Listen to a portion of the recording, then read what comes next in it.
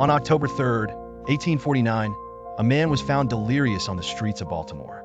Dressed in someone else's clothes, he was muttering incoherently and unable to explain how he got there.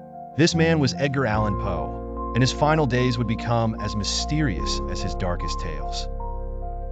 Poe had been traveling to Philadelphia on business, but somehow ended up in Baltimore. A printer found him outside Ryan's Tavern, barely conscious and calling out the name Reynolds, a person never identified. He was rushed to Washington Medical College, where he spent 4 days in a state of delirium. During his hospitalization, Poe never became coherent enough to explain what had happened. He drifted between fits of terror, calling out in the night and having conversations with imaginary people. His attending physician noted that he seemed to be running from something that only he could see.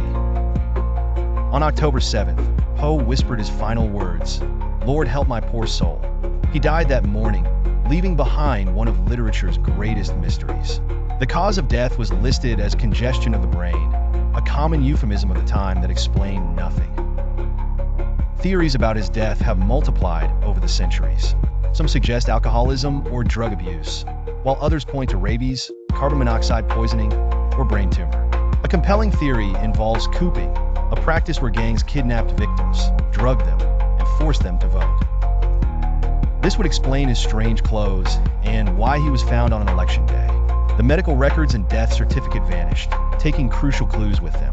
Even Poe's original burial site was lost to time. In a final twist fitting the master of mystery, Edgar Allan Poe's death remains as enigmatic as his stories, leaving us to wonder what terror stalked him in those final days on the streets of Baltimore.